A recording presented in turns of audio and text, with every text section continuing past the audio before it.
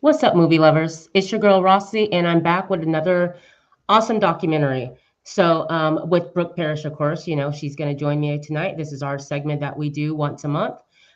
So tonight we have two documentaries for you. We're going to start with the short documentary, and this documentary is really, really special. And we're going to talk about the director, producer, writer of this documentary and the story behind it. And then after that, we're going to get into our mini series, Waco. What is it? Waco Apocalypse or something like that. Anyways, guys, we're going to have two documentaries. We're going to talk about Waco, and it's on Netflix. You guys can see it. It's a mini series. There's 3 episodes, and it is really good. So, let's get into it, guys.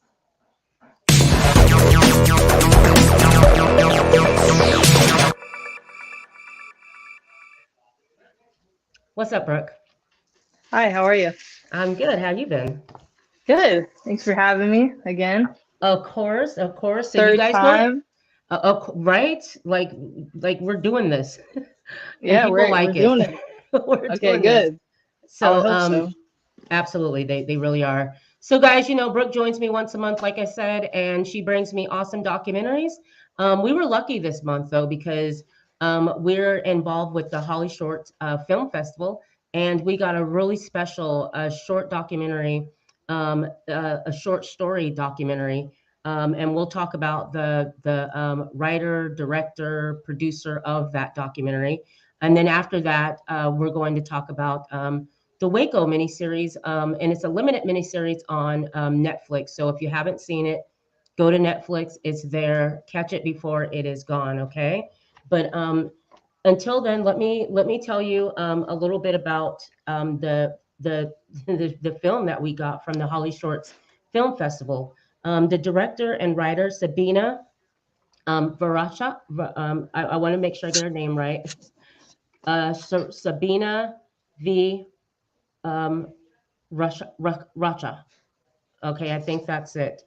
And the movie is called Seva Mitzvah.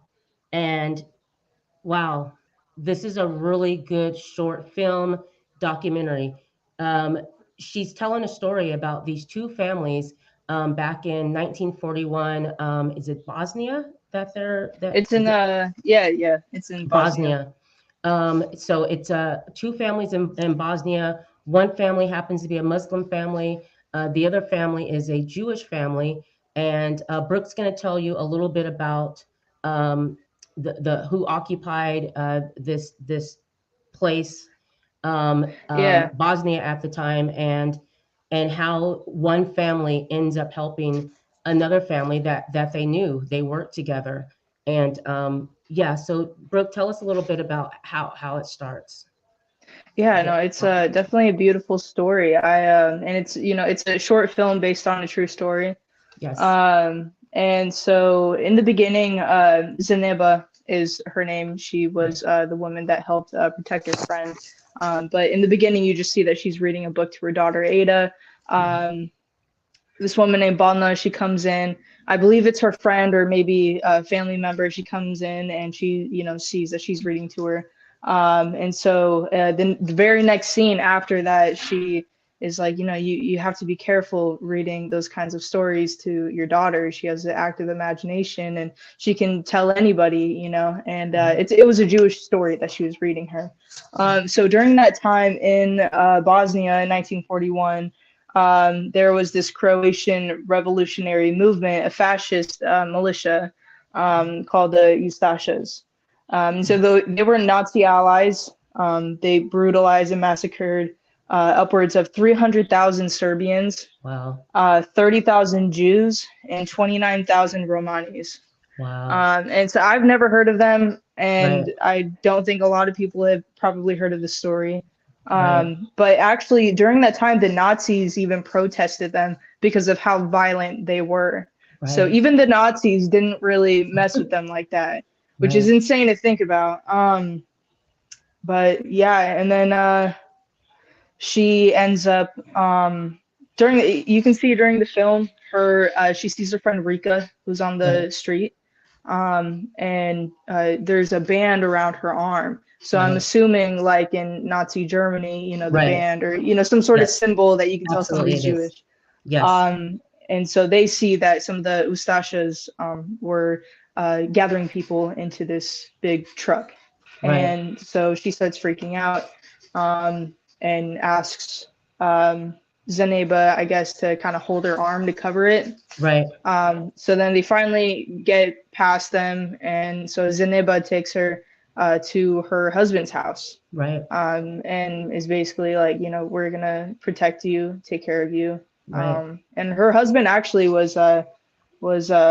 he agreed with her. And so Yes. one of the quotes that he says in the film is Allah is merciful. Right. So he had mercy upon her friend and was like, Absolutely. yes, of course, we'll And take her in. you know, one thing about what I liked about how Sabina, the director Sabina, the thoughtfulness that she put into this story, because the to tell this story, which is a this is a lot. And the film, her film is about 19 minutes, 17 minutes long, but she packed a lot in that. I love Mm-hmm. the fact that just imagine, guys. Okay, you have neighbors that you've known for years, and then one day, you know, the police or whatever come and round up certain neighbors and are taking them to camps, okay, because they don't feel like they should be in society. And to have a family which was that took the what was it Zeneba Hardaga, Zineba, yes. yeah, Zeneba Hardaga. It was her family and her husband's family. What happened was their house ended up getting bombed, and so once their house got bombed, they had to go look for another place to stay because they were Jewish. And so they decided to walk back to the factory. While they were going back to the factory, Mustafa, who is the husband of, is it Rivka? Ritka, Rivka. yes. Yeah, the husband of Rivka. He first sees the husband of Zaneba, and you know, takes them in, you know, and hides them out, basically hides them out. And at that time, of course, like in Germany, if you are hiding Jewish people, even in Bosnia, like she said, the bands that are around their arms to separate them from, you know, the Jewish people and non-Jewish, the Muslims, you die for that. So it was a huge deal what this family did for, you know, Zeneba Hardaga and her family. Mm-hmm. So telling the story, there is a point in a story where they are living together, and they stayed for I think it was for days or weeks. It was a short time that they end up helping each other out because they were trying to get to a certain town in Italy where it was okay to be Jewish. It was safe. That's where they were trying to get them to. But there was an evening where what was it, the Gustafa or the Eustasia? Is that what they're called? That Ustashas. Eustasia Ustashas. showed up at Rivka's home and wanted to know who's inside, because they did that. They went door to door to make sure that you weren't hiding anyone out, and they got away that time. They weren't captured. There was a time where the husband, Zeneva's husband, yeah, Zeneba Hardiga's husband was captured. He was captured after a while, and they kept him. But there was a big snowstorm. They weren't able to get them to the camp, so he was able to. I believe he got away again and went back to the family, or went to that town in Italy and waited to get his family there.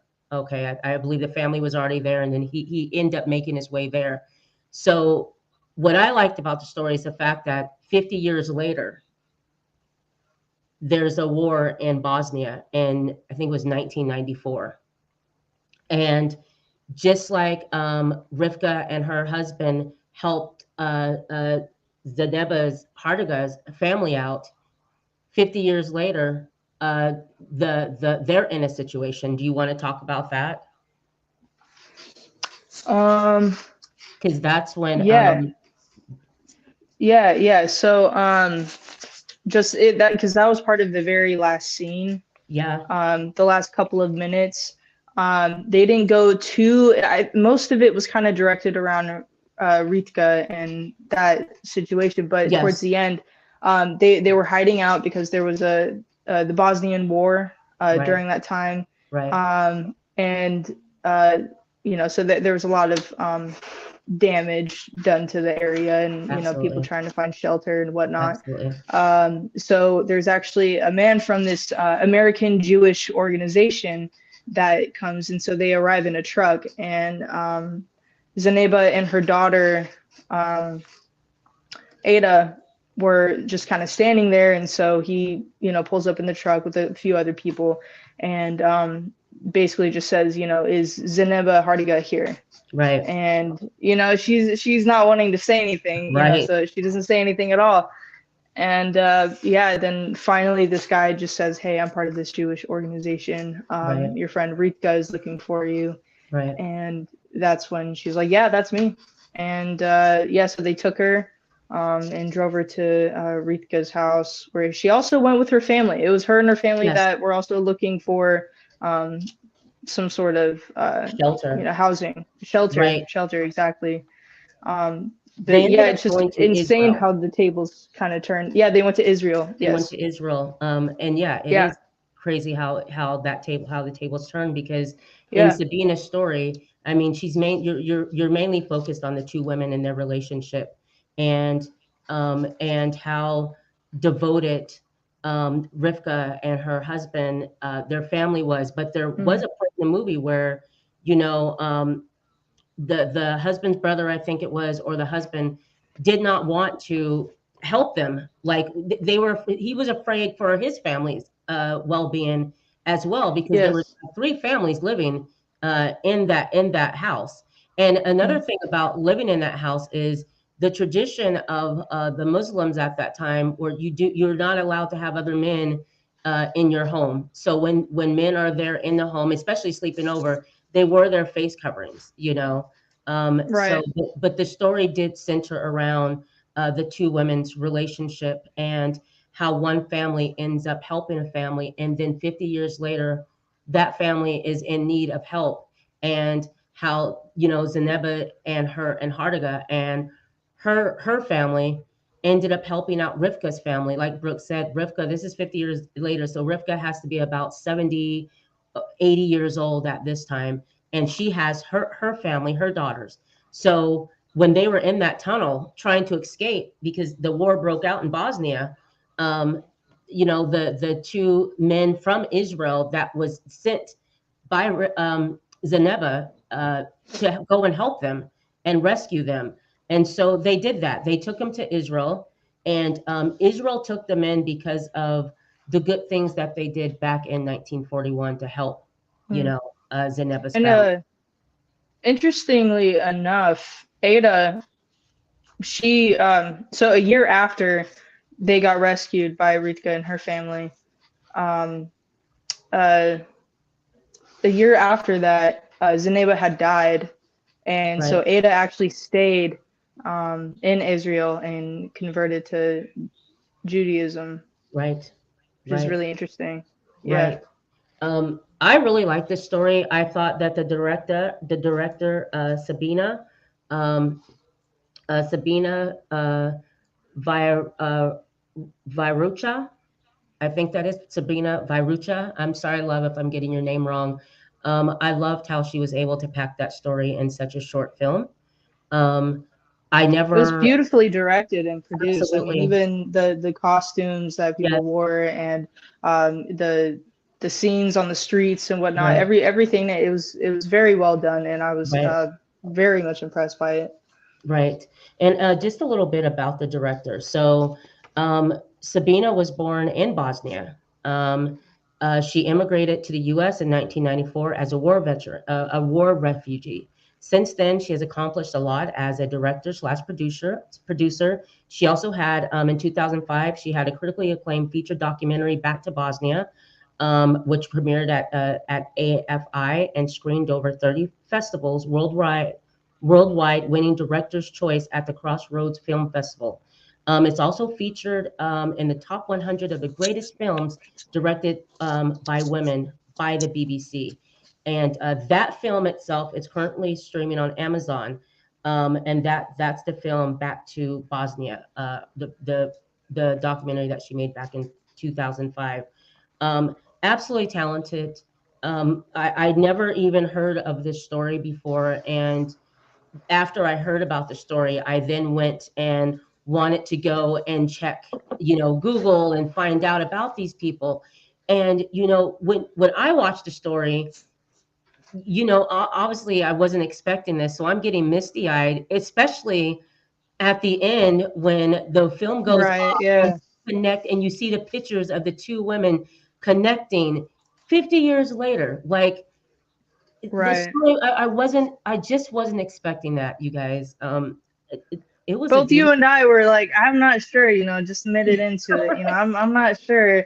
But yeah, no, very, very quickly, it Yeah, really hooks you. Really yes, hooks you. absolutely. As soon as I started watching the film, because like I said, Brooke and I wasn't sure. We weren't we didn't know if it was a documentary or a short film. So, and that's what I love about Holly Shorts Film Festival. I'm telling you, Yeah. when we get films or they send us something to watch, I love the fact that it's something different. It's something that you never heard of, or never seen. It's always something new. And I appreciate this story because it was something different, and we both learned something. Like, Now I want to check out more different things and right, see, exactly, anything to where I'm like, I don't know. I right, definitely want to watch that now. right. So This yeah, was that a, was a that was awesome.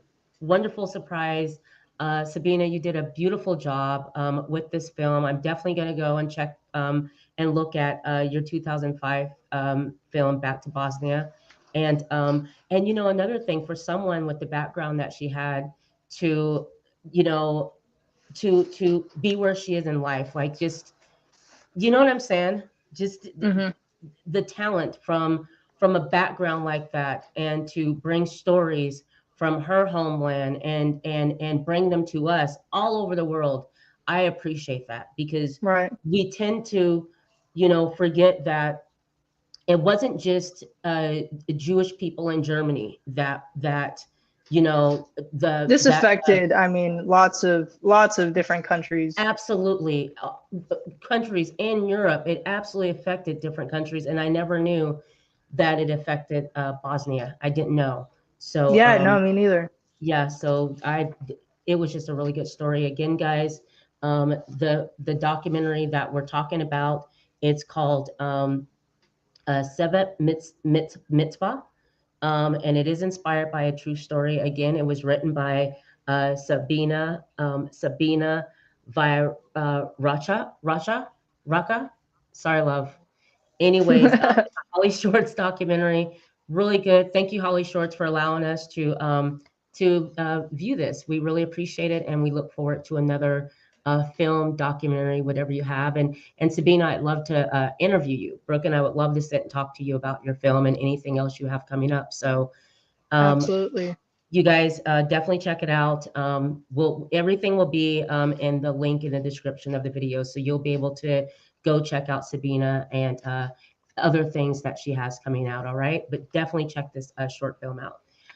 Now, guys, we're going to switch, and we're going to get into our mini series documentary, and it is called Waco. Let me get the name for it. It's on Netflix right now. It's a limited series, all right? So it is not going to be on there long. And Brooke, we may need to just go ahead and watch. I don't know if you've seen the rest of them, but watch the rest of them, so that just in Oh case yeah. I think that happened to us once, where a film that we thought was on there expired, or Right. yeah. So Yeah. okay, so this is called Waco American Apocalypse, and it is a three-part miniseries on Netflix. And it gives you a really in-depth look into Waco and the raw camera footage of what happened. Really good. What did you think about it first before we get into it? Yeah, no, I remember just randomly watching it one day with my brother. I think last March, actually. or Okay. this past March. Right. And so it's been on there for a while. Don't think it will be on there much longer. So I do recommend taking a look at it as soon as you can. But yeah, no, it completely blew my mind that something like that could happen. I've heard of it. I just didn't know any details about it. And yeah, no, it's definitely a very traumatic event, and Yes. obviously still affects some of the victims today, Right. that were part of that cult group. And Absolutely. hearing their accounts of what had happened and their time in it is a little bit strange, because some of them still seem like they're very much into it, Absolutely. or that they didn't see anything wrong with it, and others, obviously see how wrong that whole situation was. So it's just really interesting hearing their perspectives on it and how they Yes. feel about it now. Definitely. All right. So a little bit about what I want to tell you guys about David Koresh, okay? Because that's who this is about. I was probably let's see, I was a teenager in high school when this happened. Okay. So David Koresh was an American cult leader who played a central role in the Waco siege of 1993 as the head of the Branch Davidians, a religious sect and an offshoot of the Seventh Day Adventists. Koresh claimed to be he claimed to be a prophet. He claimed to be Jesus. All right, that's who he claimed to be. So so yeah, so that was just I remember when he would be on the news and talking that talk he talked. Anyway, so he Oh, so ended you up saw it live?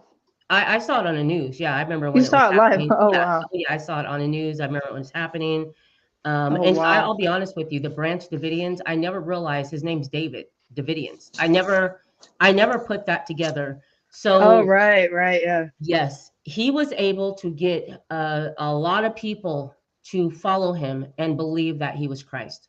So what they did was they built this what do you call it? Compound.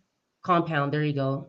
They built this compound on Mount Carmel in Texas. All right, huge compound. I remember they said that it looked like it was put together with 2x4s and just your base wood and it was freaking huge.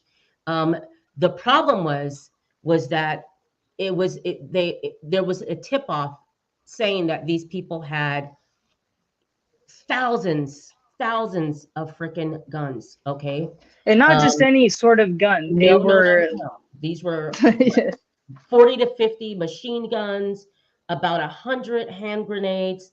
I that mean, AK-47s. I mean, just AK-47s. things that Yes. they shouldn't be able to put their hands on. No, they shouldn't. They had this one weapon that was called oh, what was it called? Oh, it was called it was a rifle, the Barrett rifle, 50 caliber. It was a armor penetrating machine gun, cannon, damn there. So you want to start with the first day. So I'll set it up. In 1993, the U.S. government served a search warrant for machine guns against religious leader David Koresh. That's why they were there. It was for a search warrant, and they showed up like nothing was going to happen. I mean, I don't think they expected for the way things happened. No, not at You know, all. I it think happened the way. it must have. I'm sorry, I don't mean to cut No, you go off. ahead. No, What were no, you no. saying? Go ahead. Yeah, no, I just remember, I think it was maybe a couple of cop cars that pulled up, they were Right. just gonna come and inspect, whatever. And yeah, no, they had no idea what they None. were dealing with at all. None. There were people that were behind the doors, up on the windows, on the Right. roofs, with guns and bombs and all sorts of Right. weapons. So yeah, they came in to try to get David, what was his last name? Koresh. Koresh. David Koresh. Koresh, trying to get him outside to speak to him. Right. And yeah, people were only speaking through the door. Right. Nobody ever really opened up the door, I think, until Right. later on, but just initially. But yeah, just immediately started firing. I Right. mean, just no hesitation at all, and it completely took them by surprise. My thing was when they showed up, and going to serve a simple warrant, um, I don't know who shot first. That's the thing, was all of a sudden you just hear gunfire, and you see Hmm. shooting, and then you have the whole ATF shooting at them. That's my thing, is who shot first, because that's always been a conflict. The Of course, the Davidians say that, of course, the ATF shot first, the government shot first, and of course the government says that they were shot at first. I don't know, but it did happen, and it happened to be the largest gunfight on American soil since the Civil War. That's Hmm. how huge this was. And I don't 51 days. 51 days. That's almost 51 days. 2 months. Yes. And so we're just on day one. We're just talking about day one tonight, guys. We have 2 more days left, but this is day one of all of this happening with this simple, or maybe not a simple warrant, but they thought it would be an easy, they weren't Oh expecting yeah. this. I mean, Right. and the story is told through many different people. Heather Jones, she was a Branch Davidian. She was 9 years old at the time that this happened. Her uncle was David Koresh. Her dad was her dad. His name was David Jones. Was her dad? Okay. Um, Also, you're going to hear a lot from John Micklemore. He was the news reporter, okay, that happened to be there, because remember, they had the news reporters. He came out as well because it was supposed to be a really big story, right? Jim Kavanaugh. Jim Kavanaugh played a very central role in this, because Jim Kavanaugh was the watcher. He was the one that had to keep an eye on what was going on, and kind of relate everything that's going on to everyone else. Okay, so he's very important here. And then we also hear a lot from David Thibodeau. And David Thibodeau was a Branch Davidian as well. He survived, so they survived. But also David Koresh's wife, one of his wives, Kathy Schroeder, and she also obviously was a Branch Davidian. So would tell him the fact that there was children, like they Oh were. yeah. Yeah, when this happened, remember, they were up making breakfast. uh, Hmm. David's wife, Kathy, was said she was making pancakes, and they were just having a regular day, waking up, getting ready for breakfast, and doing all that, when it was being staged outside of the ATF, and whatever Yeah. the government shows up, and to get a search warrant. And granted, there's I guess too many guns for one person to own, especially when you are a cult leader. Go ahead, Brooke. Your Oh, thoughts. 100%. Yeah, no, I know that in the beginning of the first episode, there's a woman, and I forget her name. I should have written it down, but she was saying um, that it Lee felt like there Hancock. were. Yeah, yeah. She was saying that there was just always a mother around. There was always there were lots of women there that were mothers, and so therefore there were a lot of children. So Right, I don't know the exact number of mothers and children, but it right, was probably most of them. right, And yeah, so I can't imagine what that would have been like for the kids, and right, I don't want to go too deep into like what ends up happening, but right. yeah, no, it's just a horrific thing that happened, and yeah, I So, don't really well, know. the first episode, so with the first episode, guys, what you're going to see is obviously, like we said, they're serving a search warrant. The family, the Branch Davidians are rise and shine, getting up, having breakfast, just normal everyday, things that they do. All right, and then we're getting ready to serve this search warrant. The ATF, they have their shields and everything. They're going to the front door, like Brooke said. They're there. All of a sudden, fire breaks out. We don't know who shot first, but shots were fired, and it was like, I mean, seeing the video, the raw footage of the fight that first day was just, it was war. It was crazy, and the fact that they didn't realize how outnumbered the government, the ATF, was against these people. And on that first day, you have the news reporter that shows up that morning because he had mentioned, and let me make sure that I say his name because he had mentioned that he too, and it was a Sunday morning, by the way, guys. It was Sunday morning. John Miclemore, he was on his way to church. He gets a phone call from the camera guy, I believe it was, saying, "Hey, where are you going? Going to church? No, you're not." There's a huge story that's developing right now. So he goes out there not knowing that they would get this on camera, like all this footage. So you have the news reporter there, and like Brooke said, it's a small group of ATF officers there. Once the fight breaks out, it's crazy, guys. It's absolutely crazy. You have ATF with ladders that are trying to get up on a roof because you have this compound has like towers, with people up in towers. And like Brooke said, they don't have just a couple of shotguns. No, this is 40 to 50 machine guns. They have over 100 hand grenades. So they're ready to go. So this Right. goes This is on. just versus the ATF's Absolutely. pistols, Yeah, that they're this is using, you exactly. know. They didn't come prepared. They didn't think this was going to happen. So they do fire back the ATF. The part where they have the ladders and they're getting up on that roof to get into one of the windows that's up there. Seeing the some of the ATF guys get hit with bullets. Two of them on the roof had already passed. They I think his name was Ted. I can't think of his last name, but Ted was hit as well, not mortally hit, but he was bleeding out. And they have the audio of the 911 calls, the calls between each other of, Ted, I believe his name is, one of the ATF officers who's just, you see him sky view lying on the ground, bleeding out, and they can't get to him because the fight is just, it's crazy.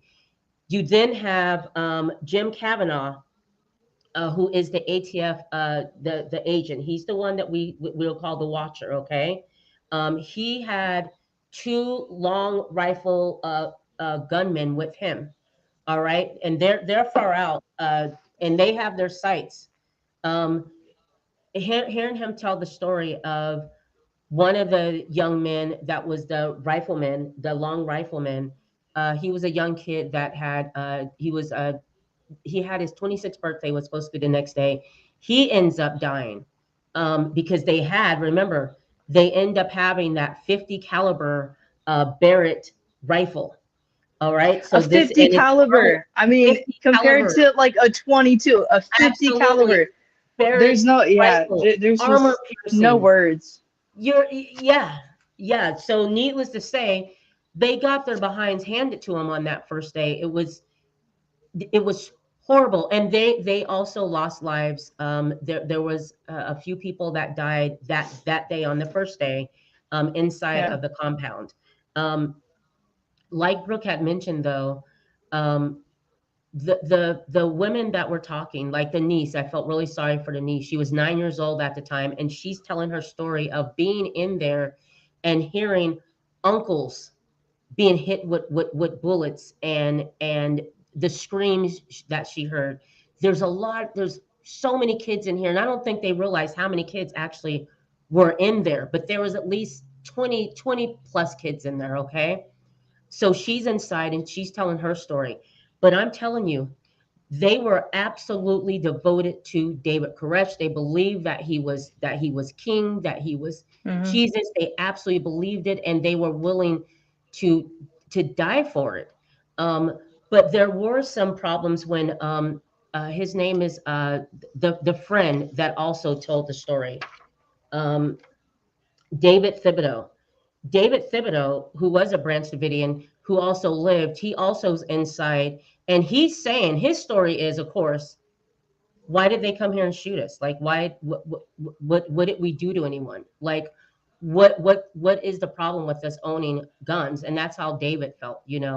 Um, but of course, looking back through history with cult leaders, it never ends. It never ends well.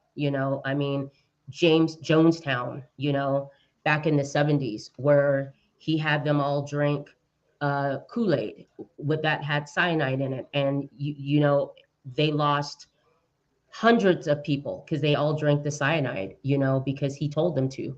The leader of that group. So the Branch Davidians, you know, to me, um, when you find them, Very much they're I comparable for sure. they're yeah they're the way that they think, it just, where are we going with this? You know what I mean? Right. I get why the government was a little bit, you know, scared of the fact from what we know that they had guns and so many guns. I just can't believe that he was so good at pretty much brainwashing all of them that Right, not one of them was like, there's something wrong with this. This doesn't right, seem like a religious movement, you know. This right, seems more of like you're trying to create some sort of militia or, right, you know, whatever. It was just, yeah, yeah. I can't really understand that. right. So so how they end up getting to the house, I just want to backtrack because we're going to talk all over it. So when a news guy is on his way there, the reporter, he gets lost, okay, because he can't find where this compound is. He's there's a mailman that's out delivering mail. It happens to be David Jones, who happens to be David Koresh's brother. The news reporter doesn't know this at the time, if that's his brother. So when the reporter, you know, stops the mail delivery guy and he's asking for directions. Of course, David, you know, is like, what's going on? What's happening? And the reporter's like, oh, we're, you know, heading to. There's something going on. The ATF is something going on at the compound. The reporter not knowing that this is a Branch Davidian. Um, he then leaves the David Jones, who is the mailman, gives directions, heads back to the compound to warn David and the others that the ATF, Right.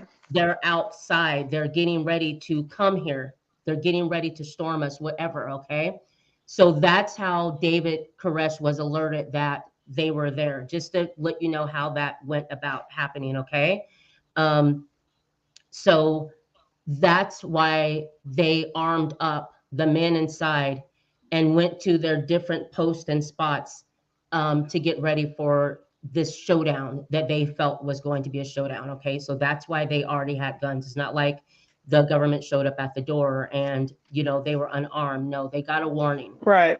Also, I do want to also bring up the fact that we did have an informant inside of the Branch Davidian, okay?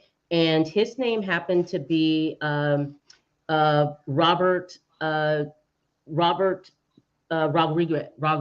Rodriguez. Yes. He was actually an ATF undercover agent who had made it into the Branch Davidian, and so he'd been there. I don't know for how long he's been undercover, but he sold them as being one of the Branch Davidians. So he and David are, the niece is saying that she's hearing he and David are talking about what's going on out there. The undercover agent Robert ends up leaving out of the compound. And I remember when he left out of the compound, he felt like he was going to get shot, like they were going to shoot him.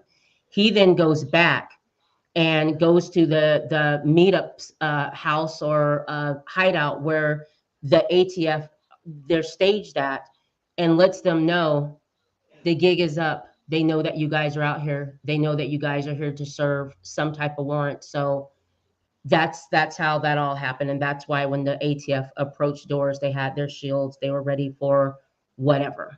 Okay, so just to let you know a little bit about how that happened before the gunfight battle, that was, like they said, the biggest one in history since the Civil War. It was a lot.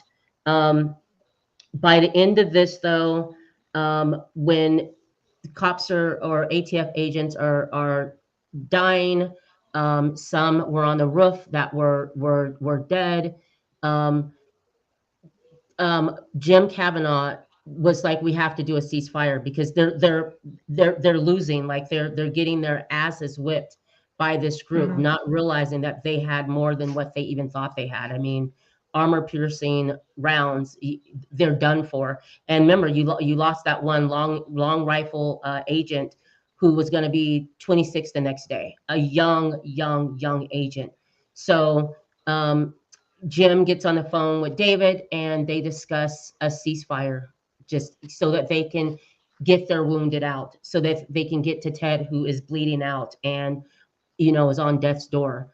There is a ceasefire. David does go along with it, but in order, there were things that David wanted. He wanted for them to um, read a page, or it was like a letter about him. He wanted his name out there. He wanted to be on the news. He wanted others in the world to believe as well that he was, Christ himself. So there were things that he wanted. It did get to a point, though, Brooke, that, remember, they also, once the ceasefire happened, it was, later, where the ceasefire happens, they're getting their people out. There's not enough ambulance there, so they're using the reporter's van to get the wounded out. I mean, they have one agent on top of the roof of the hood of the van, getting them out. The cameraman, he has a tape, but he has it hidden because the agents were pissed and felt disrespected that the cameraman was there. I remember the reporter saying, though, like, they didn't mind us being there when they didn't know it was going to be a fight, but now that they seem to Right. have got their asses handed to them, now they don't want to be on camera. Right, right. So And you you know see the agents just looking just so like pissed, one shocked, two pissed, but right? also just defeated, you Mm, know.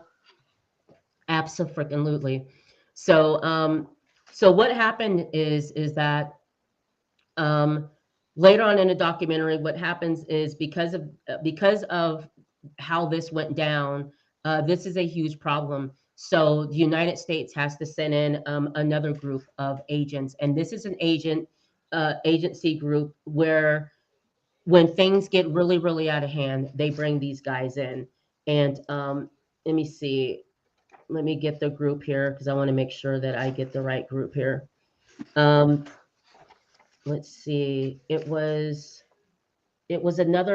a hostage negotiation specialty ATF group. And when they show up because things have gotten out of hand, and there's more that needs to be done, right? So yeah, so they come in, and they're deciding that they have to negotiate getting those kids out of there, because we have to get those kids out of there. We know that there's kids there. David wanted to be on the news. He wanted a videotape that he made. He wanted it played on the news. He wanted a statement read, and then he would release the kids in twos. Okay. The twos is really important because it goes back to David's mind of him thinking that he's Jesus, he's God, and with Noah's Ark, there was pairs of two giraffes, two, you know what I mean? So you get where Right, how his mind was, okay? right, So yeah. he let them out in twos. They ended up getting I think about 20 kids out. And once they got the kids out, the parents inside were really afraid to give their kids to the government. They felt like, is it safer for my kids to be here, or, as they called it, Babylon? Do I want to send them into the world of evil? Well, the women inside let the kids go, but the deal was, we're going to let the kids go, but as soon as you get them to where they're at, we want you to make sure those kids give us a call so we know that they're okay. And you get to hear the phone calls of the agent on the phone, because there's a new agent that has arrived on the phone.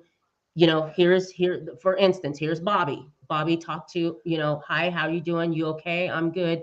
I remember she said, keep God with you, or something that she said to one of the kids. Remember, he's king, and David loves you too. And so the parents got to see, okay, the kids are all right, although unsettled by the fact that they're with, the United States, others who don't believe that David is, king. They weren't too happy about that, but that was the deal that David Koresh made with the hostage negotiator. Finally, after getting the kids out, it was wanting to let other people go. They're getting ready, from what his wife says, Kathy, that they're inside, they're getting ready. There is one part where the grandfather of one of the girl that was 9 years old, Heather Jones, she was talking about hearing her grandfather who died in that battle as well. And this is just a side note, guys. He was hit in the stomach, and she was just saying the screams that he would make and begging them to please, relieve me from my misery. And the Davidians did on the inside. They did end up, finishing off Grandpa because he was in a lot of pain. So, they went through a lot inside as well. And I'm sure those kids, traumatized, absolutely. Um, but the problem was they did everything David wanted them to do. They got his statement to the news, the videotape to the news, so that the world would know that he's king. But unfortunately, David decides that he can't let the rest of them go. He says that God told him to wait. So they're all inside. Kathy's saying they're looking around. Well, David says God says to wait. So that's what they do. They wait. And we'll see what happens, guys. Episode 2.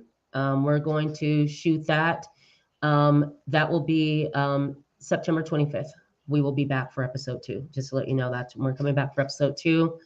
Guys, this is a really good documentary. I mean, this is really good.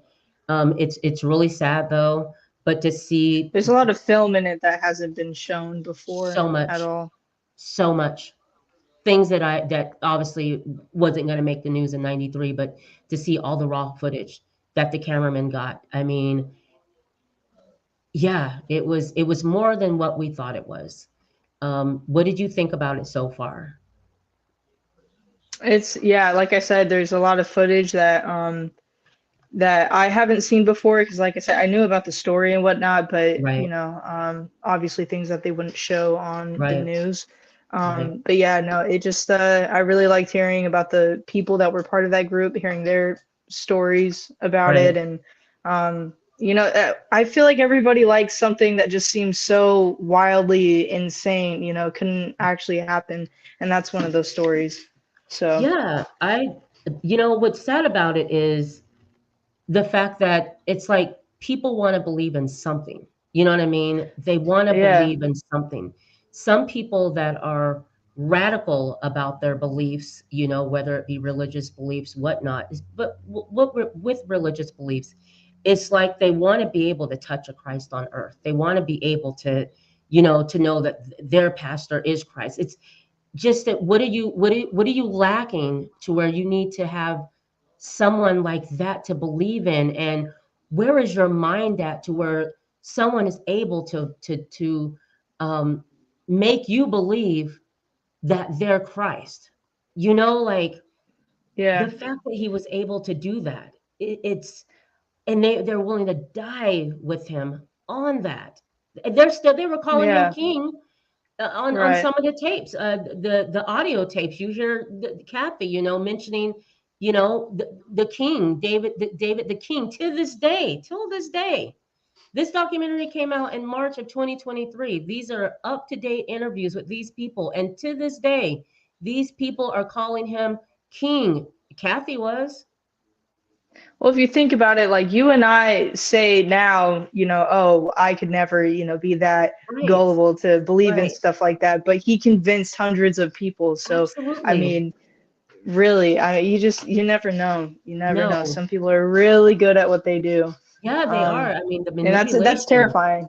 It is Yeah. because something that is lacking in your life, whatever happened in life that made you follow this man. And he could have been just a nice man. He could have been, maybe because he was so knowledgeable about the Bible. And for some reason, when people are really knowledgeable about the Bible, you can use that for good or you can use that for evil, Right. and David was able to do that. He was able to do that because he can rattle off a scripture.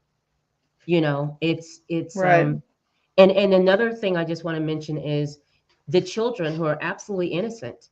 You have adults that are leading these kids you know, down the path that you're going and not thinking about the kids. But maybe they were thinking about their kids because they felt like their beliefs were good, that David was good. So, Right. Right. but we're going to get into those kids and how great of a man he was, okay? Because there are some things that are going to come out, that we're going to discuss about what actually was going on inside of that compound. So, like I said, guys, we're Yep. going to discuss that on September 25th. We'll be back with episode 2. You guys can check this out on Netflix. It's called Waco, American Apocalypse. The first episode that we're just talking about is called In the Beginning. All right. So, Brooke, thank you so much for Yeah, thank joining you. me. Also, guys, don't forget, you can also check out our first documentary, and that was Sabina Vireshka, and her documentary was called Sevet Mitzvah. All right. And it's a short film, but based on true events, and you can check that out as well. Everything will be in the links. You want to shout out anyone? Give a shout out, whatever. I can't think of anybody, but I appreciate you. I appreciate you. Guys, I'm gonna tell you, I put this girl through a lot today. Okay, I'm just gonna say it. I had this It's girl, all good. I thought I put up the wrong Waco, because there's another one on Hulu as well. So I'm thinking Hmm. that's the one. I'm getting ready to watch that one. And then I realized, oh wait, I did put out the right one. Got to get in touch with her again and say, oh, scratch that, girl. We're not doing that one. We're Yeah. doing this one. I just I just go with the flow. You know, I was cool with anything really. I I was appreciate fine. Brooke. We love Brooke. We appreciate you always coming on with great Yeah. documentaries. After we finish up the David Koresh one, we have another one that Brooke was talking about, and we'll discuss that. But we'll get through this first. You guys, Wednesday, I will have Jay Sahali back on the show with me. Remember, Jay directed that awesome film, Northwood Pie.